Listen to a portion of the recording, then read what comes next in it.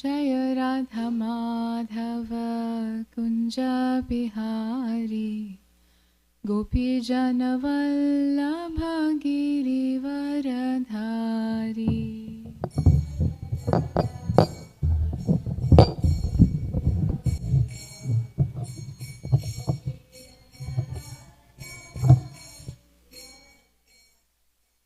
Jaya Radha Madhava Kunja Bihari Gopi Jana Vallabha Giri Varadhari.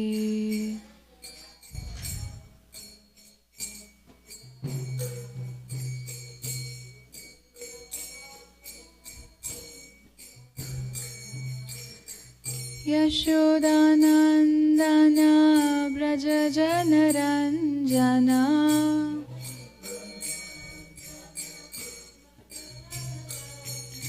Yashodanandana Braja Janaranjana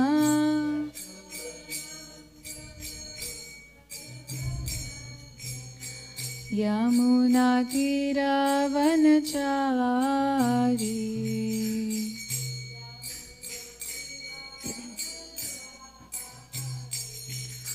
Yamuna Tira Vanachari.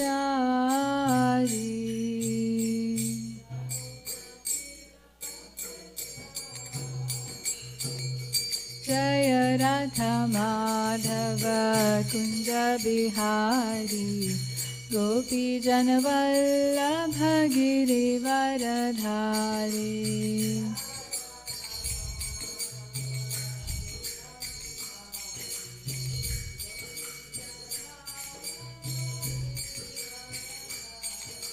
Jaya Radha Madhava Kunja Bihari Gopi Jana Vallabha Giri Varadhari.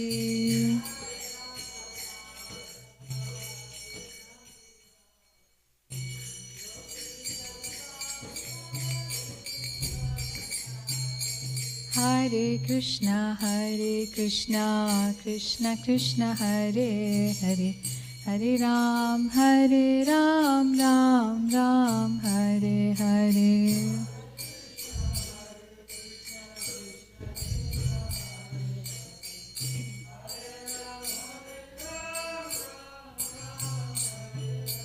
Hare Krishna Krishna Krishna Hare Hare Hare Ram Ram Hare Hare.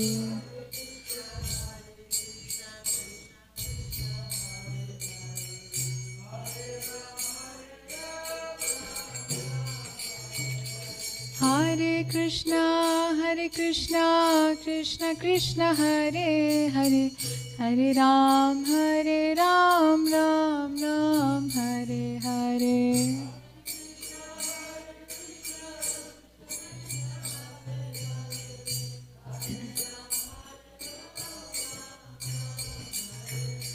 Hare Krishna Krishna Krishna Hare Hare Hare Ram Ram Hare Hare.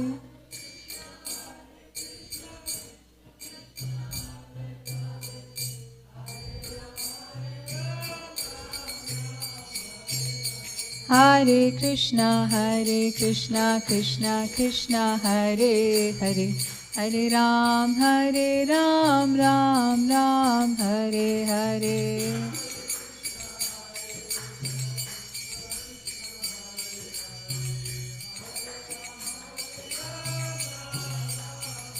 Jaya Radha Kalachandji Radha Kalachandji Radhe.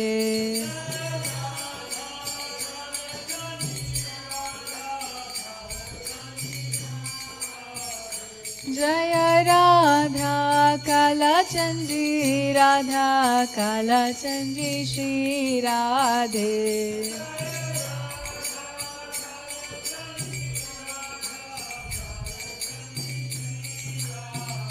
Jaya Jaya Prabhupada Prabhupada, Jaya Jaya Prabhupada.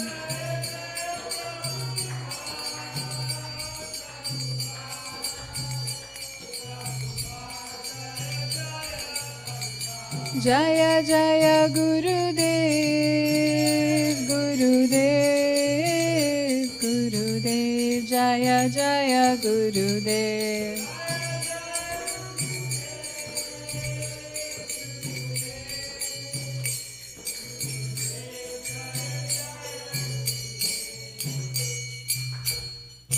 Jai Shri Shri Radha Kalachan Ji ki Jai, Srila Prabhupada ki Jai. Thank you so much. Hare Krishna. Om Namo Bhagavate Vasudevaya.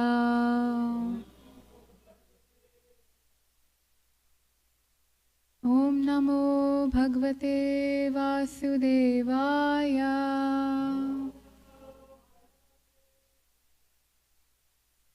Om Namo Bhagavate Vasudevaya.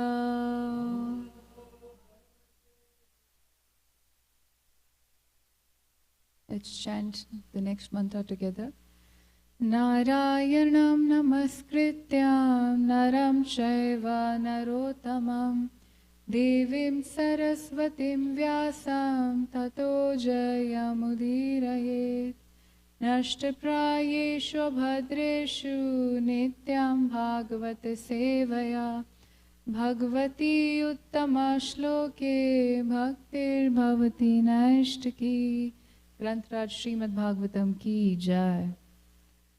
So we can all open this chapter in our phones. We are currently on Canto 8, Chapter 20. Bali Maharaj surrenders the universe.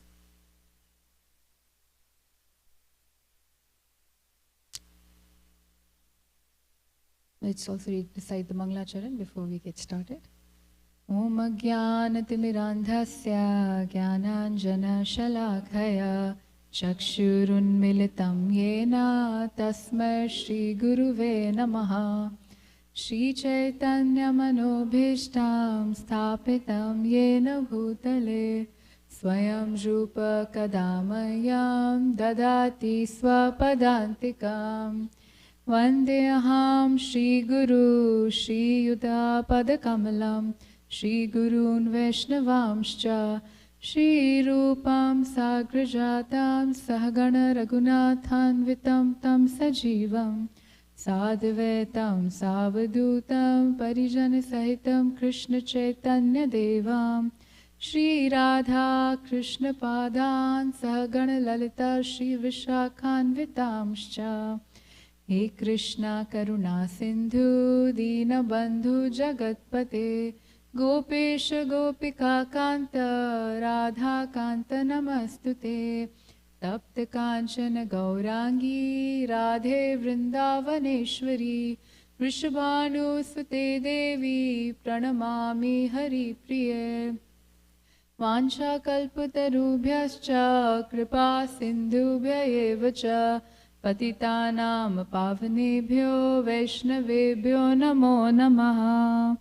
Jai Shri Krishna Chaitanya Prabhu Nityananda Shri Advaita Gatadara Shivasadi Gaura Bhakta Vrinda. Hare Krishna Krishna Krishna Hare Hare Hare Rama Rama Rama Hare Hare.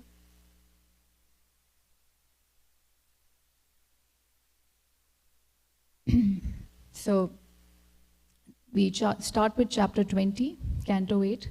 Bali Maharaj surrenders the universe. Just to give a little summary what's happening right now, and then we can start with text 1. So, we know that Vaman Dev has already appeared, and he had such a wonderful, glorious appearance, like all incarnations of the Supreme Lord. And he came to, he met Bali Maharaj, and he asked for 3 paces of land. And Bali Maharaj is emperor. He's so powerful. He has He's such a wonderful king, such a powerful king, and he said that that's such a small thing to ask for. You can ask according to my stature. You know, I'm the king, so I can give you anything you want. And then Vaman Dev gives a little explanation on how, you know, he wants just a little bit and talks about the satisfaction part. Like, you know, a Brahman should only ask for what, you know, is needed, what is required. And then Bali Maharaj agrees to give 3 paces of land. But amidst all this, the spiritual master of Bali Maharaj, who is Shukracharya, he knows who really Vaman Dev is. Lord Vaman Dev is Vishnu himself. And he tells Bali Maharaj that, you know, you've been tricked because you have promised to give him 3 paces of land, but he is the Supreme Lord. He will take one step and probably cover the entire universe. He can take another step and cover the outer space. And then what is left? What will you give him on his 3rd step? And he said, you've practically lost everything and you should take your word back. That's what Bali Maharaj's spiritual master Shukracharya tells him, that take your promise back. It's okay. Because in material world, so what he's actually saying is what Kali Yuga mentality actually resonates with. One thing that Bhagavatam has is that, you know, you should save your money for your family reputation, for your economic development, for your fame, you know, all these things. And so this is the advice of Shukracharya that we understood till last chapter. And today we will see how Bali Maharaj responds to that. So let's start with text 1. And we have to read from text 1 through 13 today. Who has the mic? Oh, Nanandita. Sri Shukadev Goswami said, O King Parikshit, when Bali Maharaj was thus advised by his spiritual master Shukracharya, his family priest, he remained silent for some time, and then after full deliberation, he replied to his spiritual master as follows. Bali Maharaj said, as you have already stated, the principle of religion that does not hinder one's economic development, sense gratification, fame and means of livelihood is a real occupational duty of the householder. I also think that this religious principle is correct.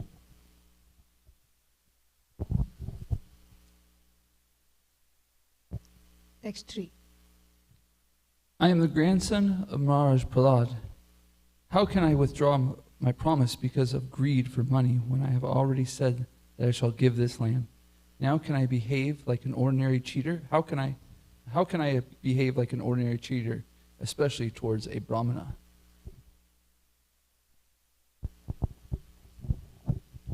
There is nothing more sinful than untruthfulness. Because of this, Mother Earth once said, I can bear any heavy thing except a person who is a liar. That's such an important line to understand. We'll come back to that. Text 5.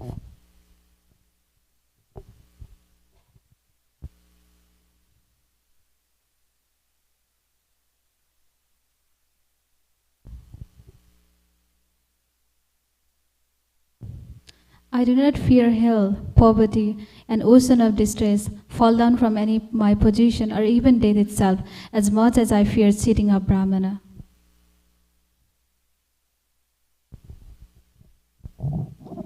My Lord, you can also see that all the material opulences of this world are certainly separated from their possessor at death.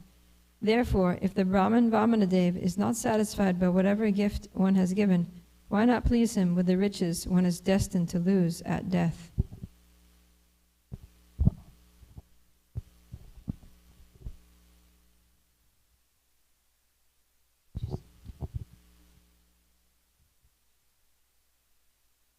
Dasi, Sibi, and many other great personalities were willing to sacrifice even their lives for the benefit of the people in general. This is the evidence of history. So why not give up this insignificant land? What is the serious consideration against it? Text 8. O best of the Brahmanas, certainly the great demoniac kings who were never reluctant to fight, enjoyed this world. But in due course of time, everything they had was taken away, except their reputation, by which they continue to exist. In other words, one should try to achieve a good reputation instead of anything else.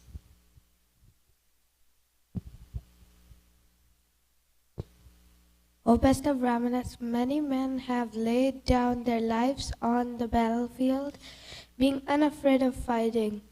But rarely has one gotten the chance to give his accumulated wealth faithfully to a saintly person who creates holy places.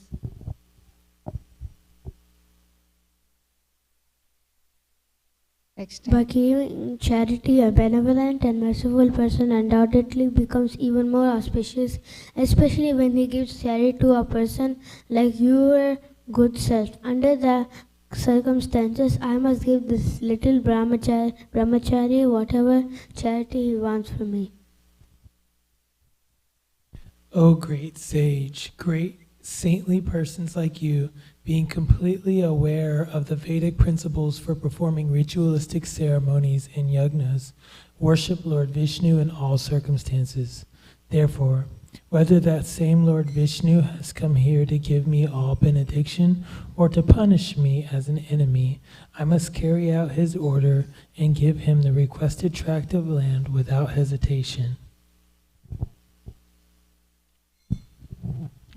Text 12. Although he is Vishnu himself, out of fear he has covered himself in the form of a Brahman to come to me begging. Under the circumstances, because he has assumed the form of a Brahman, even if he irreligiously arrests me or even kills me, I shall not retaliate, although he is my enemy.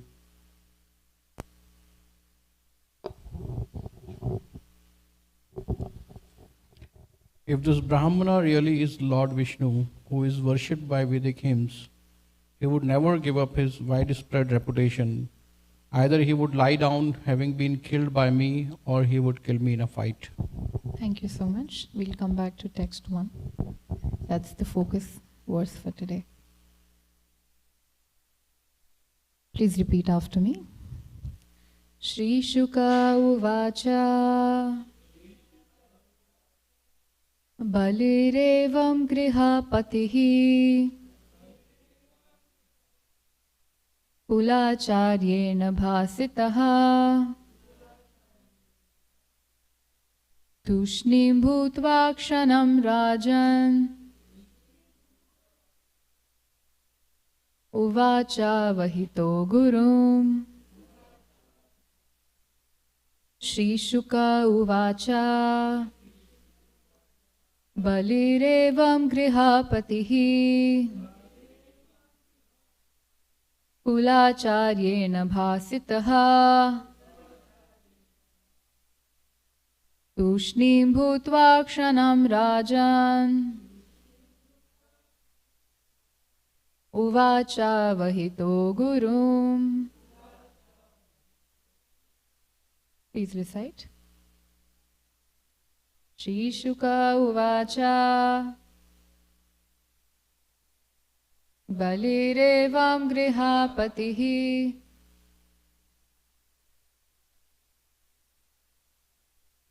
Kulacharyena Bhashitaha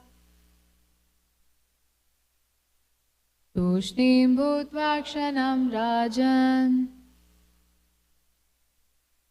Uvacha Vahito Gurum.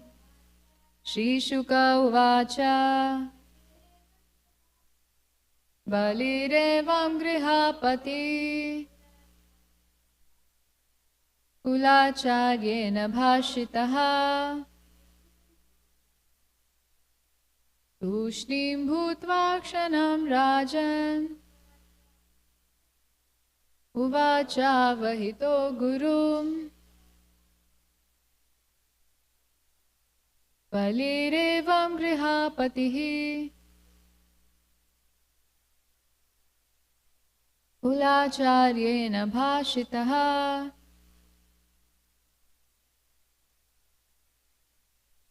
Tushnim bhutva kshanam rajan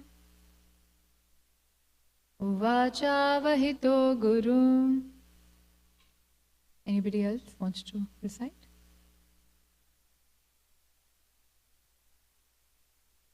Shri Shuka uvacha Virevam grihapatihi Kulacharyena bhashitaha Tushnim bhutva kshanam rajan Uvacha vahito guru. Thank you so much. Word-to-word translation. We can read this together. Shri Shuka uvacha. Shri Shukadev Goswami said, Balihi Bali Maharaj, Evam thus, Grihapatihi, the master of the household affairs, although guided by the priests, Kula Acharyena, by the family Acharya or guide, Bhashitaha, being thus addressed, Tushnim, silent, Bhutava, becoming, Shanam, for a moment, Rajan, O king, Maharaj Parikshit, Uvacha, said, Avahitaha, after full deliberation, Guru, unto his spiritual master. Translation and purport by A.C. Bhaktivedanta Swami Srila Prabhupada Ki Jai.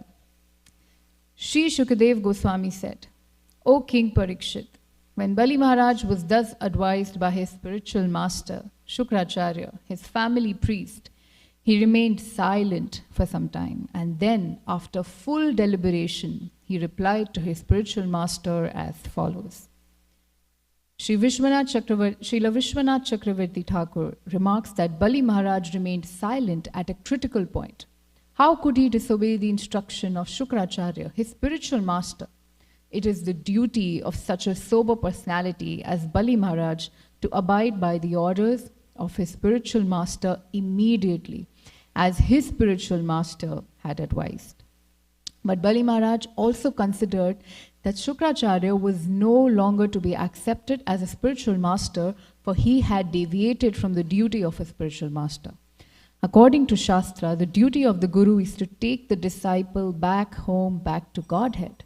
If he is unable to do so and instead hinders the disciple in going back to Godhead, he should not be a Guru. Guru nasya syat.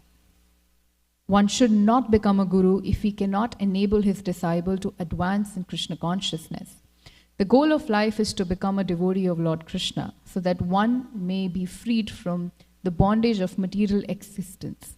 Tyaktva deham punarjanma neti mameti so Arjuna. The spiritual master helps the disciple attain this stage by developing Krishna consciousness. Now Shukracharya has advised Bali Maharaj to deny the promise to Vamanadev. Under the circumstances, therefore, Bali Maharaj thought that there would be no fault if he disobeyed the order of his spiritual master. He deliberated on this point. Should he refuse to accept the advice of his spiritual master, or should he independently do everything to please the Supreme Personality of Godhead? He took some time. Therefore, it is said, Tushnim bhutva kshanam rajan uvacha vahito gurum. After deliberating on this point, he decided that Lord Vishnu should be pleased in all circumstances, even at the risk of ignoring the Guru's advice to the contrary. Anyone who is supposed to be a Guru but who goes against the principle of Vishnu Bhakti cannot be accepted as Guru. If one has falsely accepted such a Guru, one should reject him. Such a Guru is described as follows in Mahabharata. Guru rapi avilaptasya karya karyam jnanatah utpata pratipannasya parityago vidhiyate. Srila Jiva Goswami has advised that such a useless Guru, a family priest acting as Guru, should be given up, and that the proper bona fide Guru should be accepted. Shatkarmo nipuna vipro mantra tantra visharadaha avaishnavo gururna syad vaishnava shapacho guruhu. A scholarly Brahmana, expert in all subjects of Vedic knowledge, is unfit to become a spiritual master without being a Vaishnava. But if a person born in a family of a lower caste is a Vaishnav, he can become a spiritual master. Cited in Padma Purana. Jai. So, such a strong and powerful purport for all of us, a constant reminder of how we need to be well versed with three things. That is Guru, Sadhu, and Shastra. What is happening in this text is, the whole incident, after the advice of Shukracharya, Bali Maharaj took a pause, heard advice of Shukracharya, and reflected. He deliberated, means he reflected on his Guru's advice. And then he realized that the advice was not aligned with the Shastric knowledge. So he was able to do that because he had good fund of knowledge. And that is something that we also need to imply in our lives, that we need to have good knowledge of Shastra. We need to constantly hear Srimad Bhagavatam, as you all do, read Srimad Bhagavatam and Bhagavad Gita, so that we can develop that knowledge of, good intelligence. What is an intelligence? To discriminate between what is right and wrong. And that is what spiritual knowledge does. It develops our intelligence. Material knowledge doesn't develop intelligence, it just teaches us how to live in this world, how to do certain things.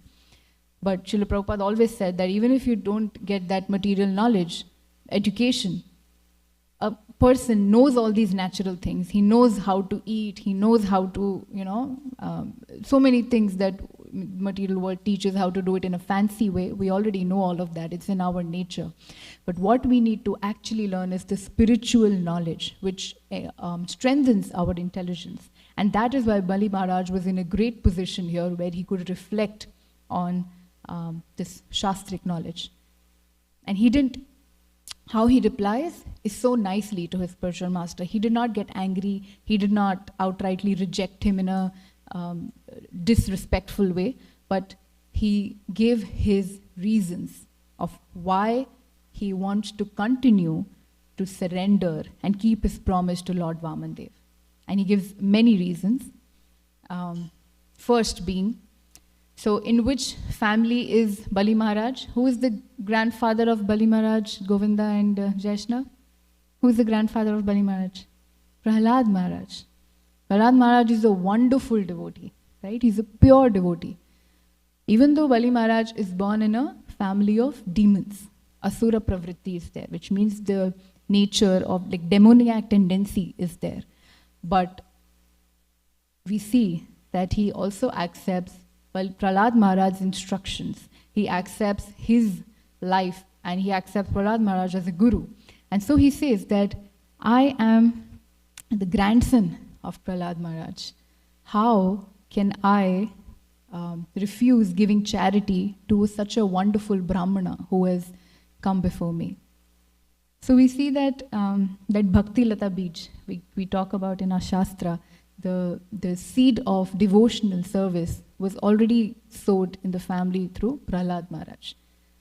And that Prahlad Maharaj was the life of Prahlad Maharaj was actually goal of Bali Maharaj.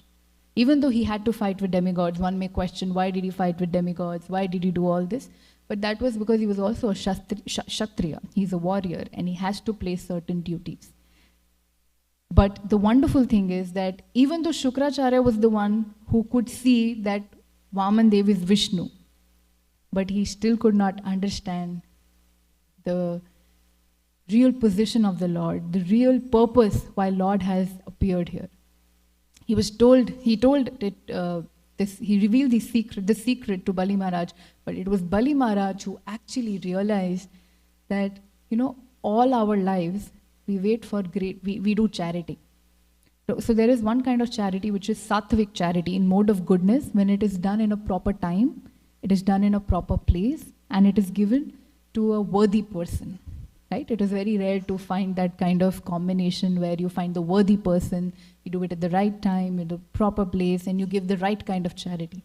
But even transcendental charity, which is above the mode of goodness, is when you surrender everything for the pleasure of the Lord. The Lord is right in front of him. Why would he waste? He says that why would I waste this opportunity when Sri Hari is right in front of me? And he also says that I don't want to be a cheater. I am okay to be poverty stricken. Even if Vishnu takes everything from me, I'm okay to realize what am I doing, like I was strict. I'm okay to be, everything is taken away from me, but I do not want to cheat a Brahmana. Now this is such an important lesson that we are seeing in Bali Maharaj's responses. There are so many responses that he gives, which is like constant reminder of how we need to be as devotees. He says, I do not fear hell, I do not fear poverty, I do not fear ocean of distress or fall down from my position. See, we have no position. Bali Maharaj is the king. Imagine there is no comparison. But even we are always, afraid what will people think of me if I do this, if I fall down from my position, if I lose my job, if I lose my, so many things that I think I own. I think I'm the proprietor, and I think that if I lose that, I will lose my position, my honor. But Bali Maharaj doesn't care for all of that. He says that I'm okay to lose all of that, but I am not okay to... I am also okay to face death. I do not fear death, he says. This is something that all of us fear. We don't say it, but every jiva fears death at every point, and that's why they are planning to increase their life quality-wise also, life quantity-wise also. How much longer can I live? But he says that my real fear is if I cheat a Brahmana. That is my real fear. And I don't want to do that. I want to keep my promise. And for us also, what should be our real fear? Forgetting Krishna and losing devotee association. That should be our real fear. Our fear should not be losing money, health, even health. Money, health, wealth, family. I know this cultivates over time, but our aim should be, Krishna, may I never forget you. That should be our constant prayer. Krishna, may I never forget you. May I never forget how beautiful you are. My desire to see you should only increase every single day. Every day coming to Kalachandji temple, the desire to see Kalachandji should only increase. At least if it's not increasing because we are not at that bhav right now, but it should not, there should be this spiritual anxiety that, darshan is about to open, I want to reach there. I want to see what Kalachandji is wearing today, how he's being dressed. I want to see how the pujari has done, different elements here and there to make Kalachandji even more beautiful today. So this is the kind of bhav, this is the kind of bhav we should have when we come to temple. And that is the only fear we should have, that Krishna, may I never leave association of devotees. Wherever I go, please, the only reason we want to stay here is because this is Kalachandji Dham and we have wonderful devotees here. Dham, how does a place become a dham? When pastimes happen and when devotees are there, right? And Krishna only does pastimes when devotees are there. Vrindavan is so special because the amount of love when the Brajvasis have for Krishna is unparalleled. Radhashtami is coming and we see who is the epitome of surrenderance to Krishna? Srimati Radharani and all the Brajvasis. I was hearing this the other day when, I'm sure you all know about this pastime when Krishna sends Uddhav with a message to Brajvasis to pacify them, and Uddhav goes, with what idea does Uddhav go to Vrindavan? Yes, to satisfy them, to give them what yoga? Gyan yoga. To give them tarka vitarka, that, this is Supreme Lord, why are you crying? And how does he come back? He comes back with swimming in the pool of ecstasy. He cannot see Srimati Radharani, all the gopis, they are crying so much. And you know what Uddhav says? This is what in Srimad Bhagavatam, it said that when he comes, he comes back to Mathura and he says, Krishna, the only reason I am here is to deliver the message. If it wasn't for that, I wouldn't have left Vrindavan. And And why are you staying here? Nobody loves you in Mathura the way Brajvasis love you, Krishna. And you know what happens? He says that after seeing the tears in the eyes of Mother Yashoda, Nand Maharaj, and gopis, I'm not scared of seeing any tsunami. I'm not scared of seeing any floods, because there's so much, they're just constantly weeping in your separation. And even Uddhava is, while he's talking, he's in that ecstasy and he's in that mood of the gopis, gopi bhav, right? Our spiritual masters tell us that we eventually need to cultivate gopi bhav. It's very exalted, but that's what they say. And what Krishna does is even more overwhelming. Uddhava is crying, and Krishna, when he sees Uddhava, he doesn't let a drop of tear fall down on the floor. He takes his pitambar vastra and he puts it on his eyes with the drops of tears, because he says these are the tears that are the because this is the bhav that you received through the Vrajvasis, and this is the only thing I can take right now from Vrindavan. And Krishna doesn't let any teardrop fall on the floor, and he just takes it and puts it on his eyes. That's we cannot actually understand this, but why I came to this was, I was talking about surrenderance, I think, and we came to Vrindavan. But Bali Maharaj shows his surrenderance in this way, where he's not caring about his reputation, he's not caring about death, anything, being poverty-stricken. All he cares is that the Lord is in front of me and I want to surrender everything that I have for him. One more thing that Bhagavatam explains is that there are two kinds of devotees. One is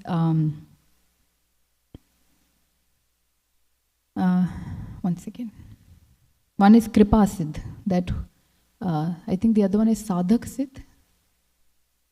Let me go back to the translation. But Sadhaka Siddh is, I'll confirm the name term, but yeah, is where you constantly, as a sadhaka, as a practitioner, you receive mercy through your spiritual master and through the process that you're following so nicely. But Kripa Siddh is when you actually receive the mercy of the Lord. Just Kripa, as the name suggests, through mercy. So Bali Maharaj, even though he's not doing all that sadhana and that sadhaka, but he received that Kripa through Prahlad Maharaj, through Krishna directly. And that is why he's considered as a Kripa Siddha devotee here. And then one more thing, he says that there is nothing more sinful than untruthfulness. I do not want to be a liar. If I deviate from my promise, I will be a liar. And Mother Earth can bear anything, right? We see Mother Earth is bearing the weight of so many mountains, trees, rivers, oceans, but she cannot bear the weight of a liar. And that's why whenever we've heard this pastime, right? Whenever the earth, like this burden gets too unbearable for Mother Earth, which means there's so much cheating, lying, and so many sins are happening. That is when she goes to the Lord and pleads, please help me, relieve me of this burden. And that's when Krishna appears.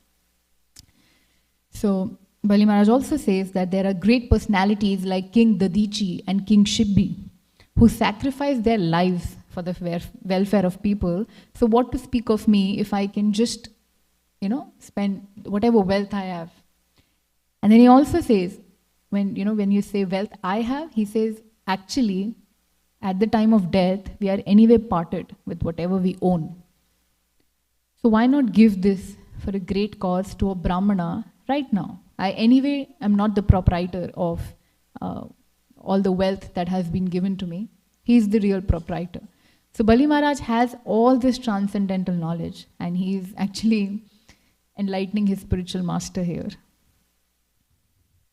He also says that this is a rare opportunity because usually Kshatriyas get opportunity to sacrifice their lives on the battlefield. But I am getting an opportunity that whatever wealth I have accumulated, whatever property I have accumulated all my life, I am giving in charity to a person who's worthy of that gift. And it is my duty to do that right now.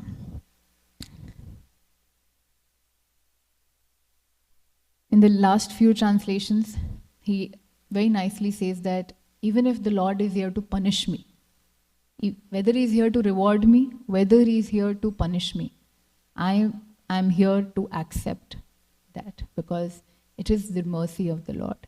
We've heard this so many times, right? In even Bhakti Vinod Thakur in his Sharanagati, right? He says that Mara bhi rakha bhi yo ichha tohar nitya das prati tua adhikar, which means even if you kill me or you protect me, it is your desire. I am just a puppet. That should be the mood of devotees, that Krishna, however you treat me, because he's not our order carrier, right? There are times we say, Krishna, please do this for me.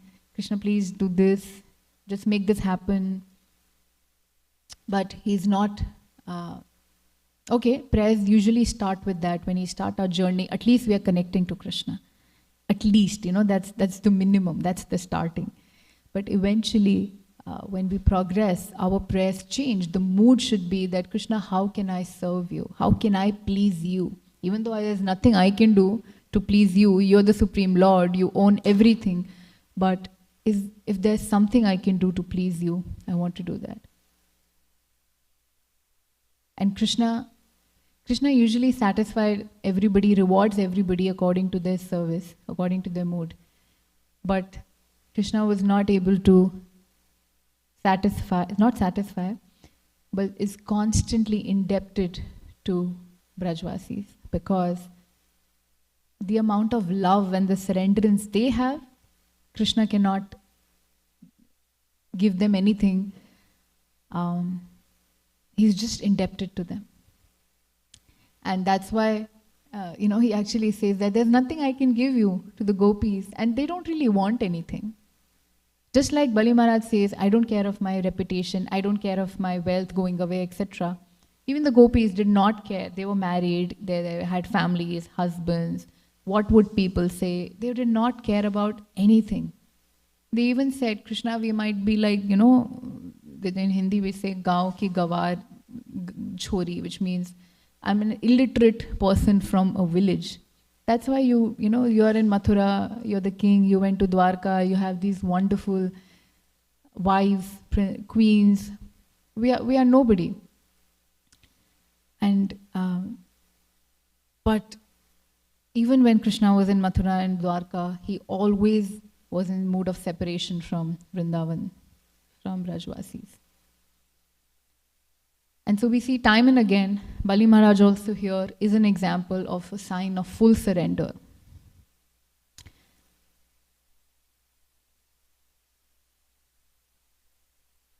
He also says that even if under the circumstances, if he irreligiously arrests me or even kills me, I will not retaliate even though he is my enemy. There's one line that comes in the end, which can be quite...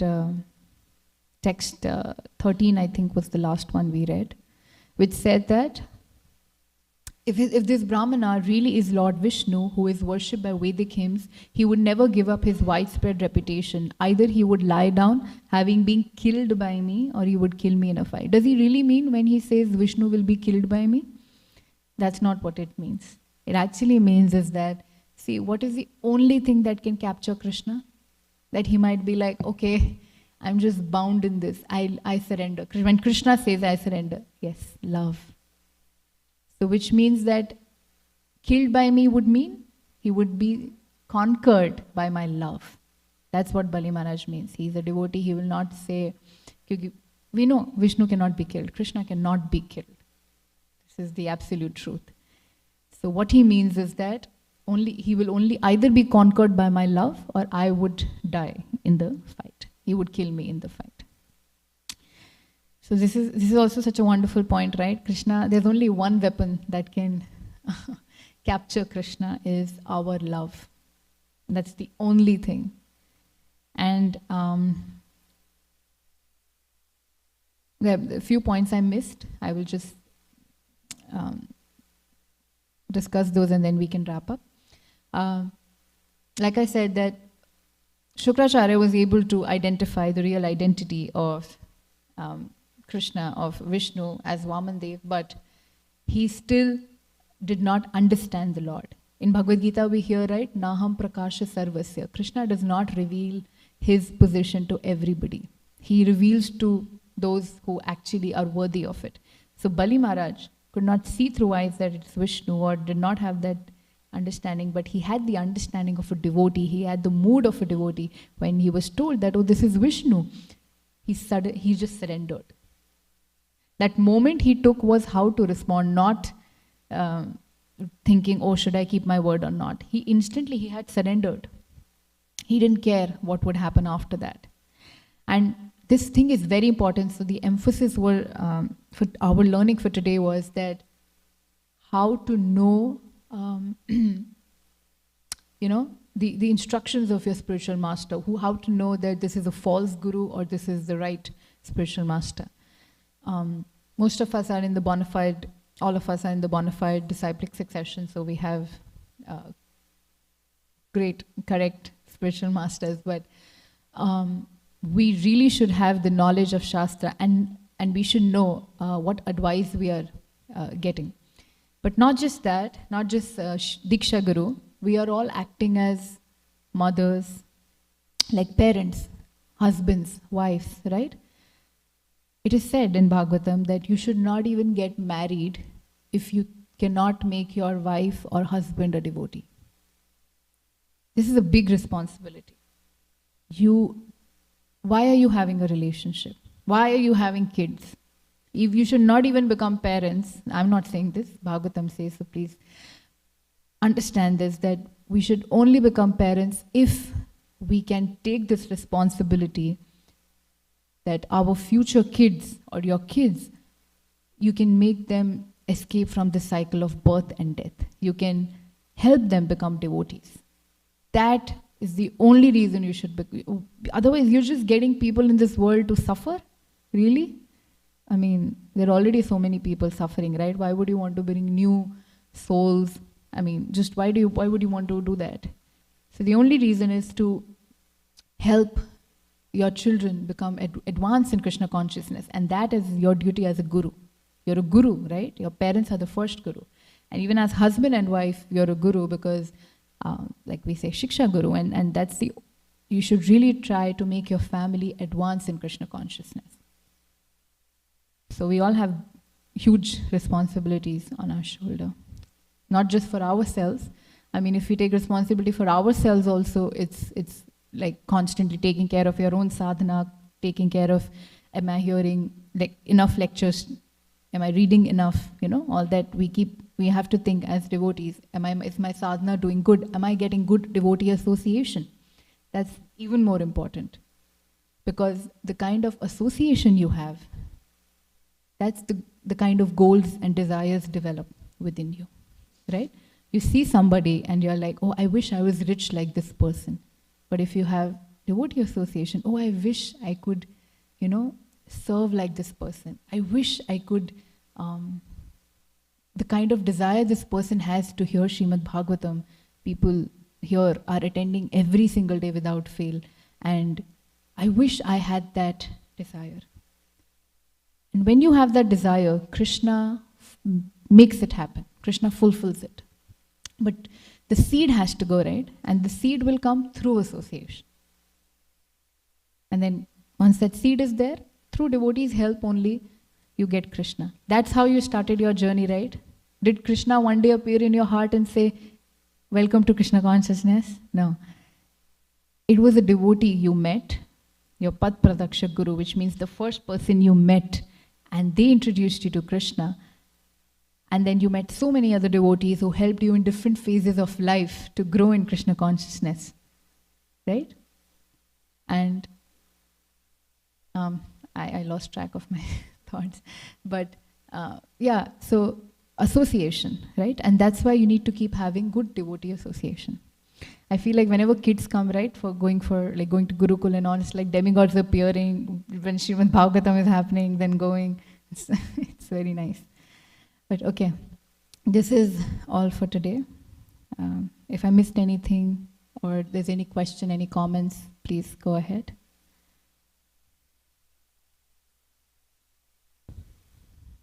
Tulsi Sakhi Mataji. One point I want to add before you say something. When Shukracharya said, right, that save your money for your status, for your material life, economic development, sense gratification. This is actually the Kali Yuga mentality, right? What's happening in Kali Yuga?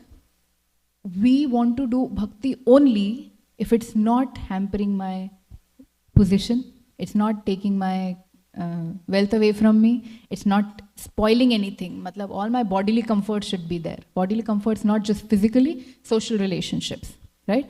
And that's why a lot of people don't advance in spirituality, because they are so concerned and attached what people would say. Usually as devotees we experience our relatives say a lot of things, our friends, over time we hear things, oh, why are you going so deep in Krishna consciousness? Just do enough.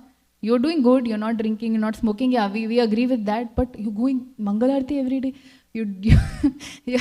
you are teaching, sending your kids to Gurukul, like so many things they will say, right? And why are you doing? Just do enough that the Lord is pleased. Like that's the common understanding. And that's what Shukracharya is saying. Just keep all this for your sense gratification. Why you want to do this? So, but devotees have to be right opposite, exact opposite, that I don't care what people say. Not that we have to become like heartless, what our family members are saying, but we're empathetic. But devotees are considered most compassionate. Jeev Daya Bhav is highest because they are practicing Krishna consciousness, and so they have compassion for everyone. So you listen, but you follow what you just take it out of your ear, but follow what Bhagavatam says and just stay intact in your practice. And that's what Bali Maharaj is proving, that I don't care. I don't want to hold all this money and bodily comforts. And the sad thing is the world is not aware of it. They're doing it. I'm not saying we are following it. We're just aware of it. We just appreciate that, yes, we need to stick to Krishna consciousness and not listen to all these, comments. But also we have to become more stronger in our approach. Yes, sorry. Thank you for a very nice class and all such a wonderful explanation. So I was, as we were reading to the translation, you explained so beautifully that Bali Maharaj is such a Mahajan, such a dear devotee coming in the line of Prahlad Maharaj. In text 12, he says, although he is Vishnu himself, out of fear he has covered himself in the form of a Brahmana and come to me begging. And I shall not retaliate, although he's my enemy. So we know that, this is not his sentiment, but he's saying like that. And in the purport also, but to enjoy a little humor between himself and his devotee, the Lord covered himself as brahmachari. So, and also in the previous chapter we heard that don't chant Om, and then you will lose all your wealth. So, we're smiling when we're hearing this because there's this element of humor, but it is so serious. Yeah. If someone were to read this, oh, okay, I shouldn't chant Om. The Bhagavatam says don't chant Om. And Bali Maharaj is saying Vishnu is his enemy. But we know that there's this serious, sober humor in there. Would you like to comment on, when to see the humor and when to, accept that, okay, this is serious? In this, for this pastime, or generally when it happens? The Bhagavatam or this pastime too? Yeah, I think only the intelligence is given through Prabhupada, Srila Prabhupada, how nicely he is explaining or narrating all this to us. But yes, Krishna, remember last week when we were, I think last Thursday only, when I was giving class, we came across this line that Krishna is a great actor. So he does all these wonderful in humorous ways he takes your test, right? Like imagine, he's the Supreme Lord, he's taking I don't want to say weird, but this is very unique form that he has taken, right? Brahmana, good, but like a dwarf Brahmana. And then he's saying, I will take only 3 steps. And the contrary of what, he's so little, his 3 steps would be just this, right? But he's like covering the entire universe, and that's the power he's showing, that please don't be judged. Don't judge me, the book by its cover. Like, I am the Supreme Lord. And so, for us, how we see it, it's humorous. How Bali Maharaj is being very careful how he wants to respond to his spiritual master. That's why when you say it's all sarcastic, right? When he's saying, although he's my enemy, because he's a demoniac family, and he's enemies of the demigods. But you see, Krishna gave more than Indra, he gave mercy to Bali Maharaj. Even before earlier pastimes, we see this is how Krishna gives mercy, can be through punishment, can be through benediction, anything. And I don't know what else to say that though, but it was I think it was more like a comment than a question. It was a nice observation. Yeah. Thank you. Yes, Prabhuji.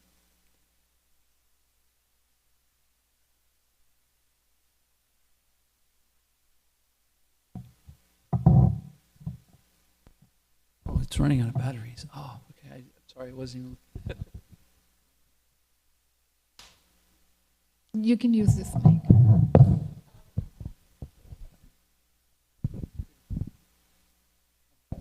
Hare Krishna, thank you so much for class. I was appreciating your point that one of the comment I heard was, we shouldn't want anything except for service to the Lord. And there was some mention about health. And so I appreciate this point that we should be so focused on the loving service of the Lord, and wanted to comment that our health, there's 3 things that Srila Prabhupada said that we should take care right away, was debt, a fire, and our health. And sometimes I see quite often that devotees think or don't take care of their health nicely, and we're trying to serve Srila Prabhupada's ISKCON here, and so we really need to have good health, to make sure that we can preserve. Matter of fact, preserve. The Bhagavatam, it says that one should only desire good health and preservation. And so I was just wanted to make that comment that we can actually go to the Lord and say, hey, it's your will, but I would like to have good health so that I can make sure that I serve my fellow devotees and you and Srila Prabhupada nice and well.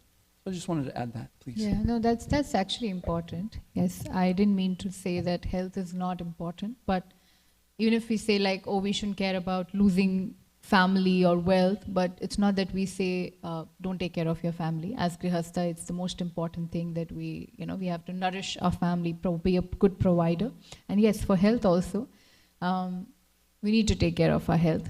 But yeah, when we talk about this part, when it's like the highest mood, when devotees come to that platform where they're like, okay, even if you keep me in bad health, irrespective of that, my faith would not hinder. That's the idea. Like my faith would not hinder, my service would not hinder, but doesn't mean that we disregard our health. It's not that, yeah. But thank you for... Yeah, by the way, I in no way, shape or form thought that you didn't think we should take care of health. So, yeah. No, but that's important for a reminder for us, yeah. But I appreciate your point. Like Jayapataka Maharaj, he's going through so many health things, and yet still, it's, health or not health, or this or that, I'm going to preach, the holy name. So I appreciate your point there, that the devotee isn't letting any impediment come into their way. Sure.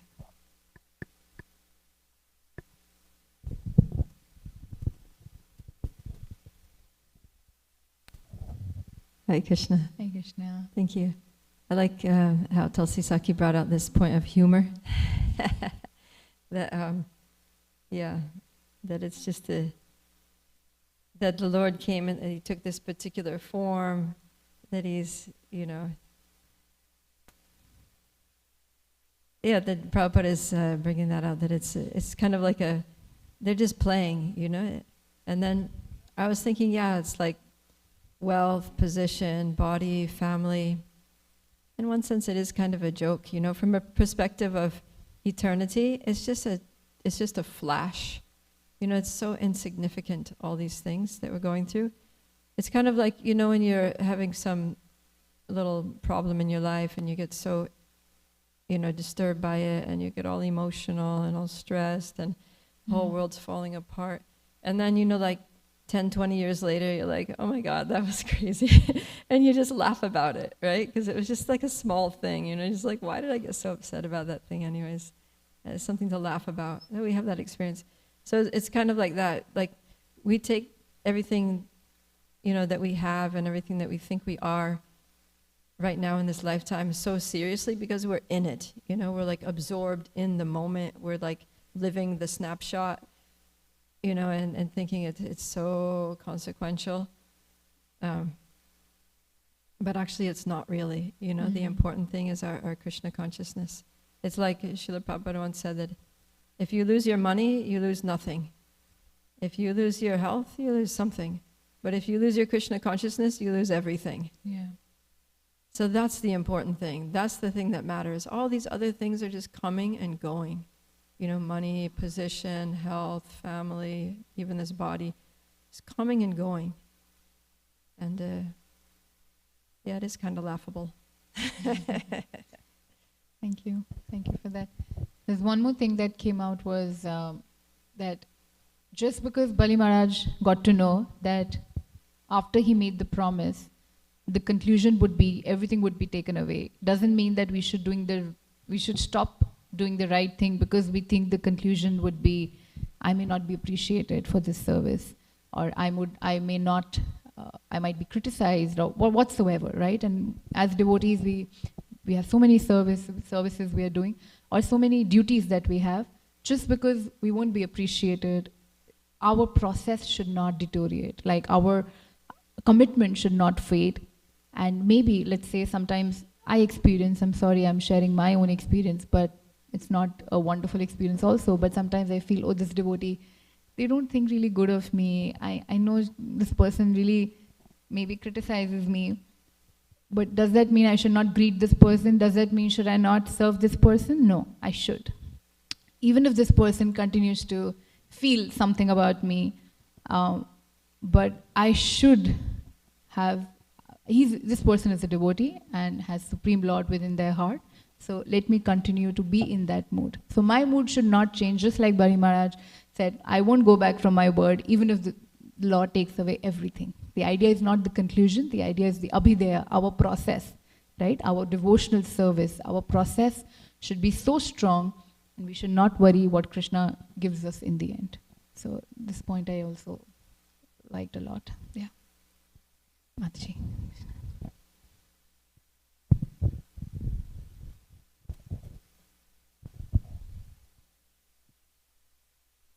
Actually, it's follow-up of what Mataji was talking about, when we recite Om, Krishna takes away everything.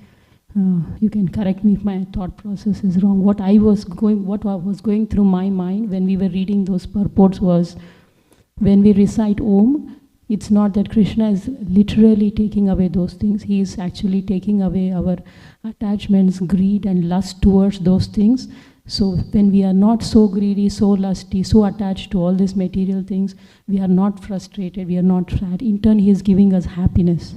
So that's what I was thinking, like, when we are reciting Om at the end, actually it's giving us happiness and pleasure, because He is taking away all this negative affinities to all this material. It's not like literally He took away my family, or He took away my wealth, position, fame. It's just that I still have all those, but I'm not so greedy and lusty that I'm frustrated or sad. It's like I have all this, but still I'm not so obsessed with it. So I'm still focused on Krishna and deriving pleasure from it in spite of literally having all this. Yeah, like anartha nivritti is happening, and actually the point of surrenderance, that when outsiders see, they see, oh, when you come in Krishna consciousness, you lose everything. Like, they actually, devotees say that, it's good, we're losing everything. The reason, it's not like you're losing, like you said. Krishna takes away the attachment to the all the anarthas that we have, or the attachment that the leftover attachment, whatever is left, little bit attachment we have towards our properties, relationships, and etc., wealth.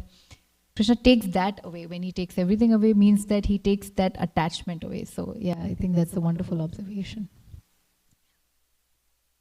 I think we should. Is there anything else? Oh, I think we should wrap up. Thank you so much. Hare Krishna. Ancha kalpatarubhyascha kripa sindhu vacha patitana pavanebhyo vaishnavebhyo namo namaha.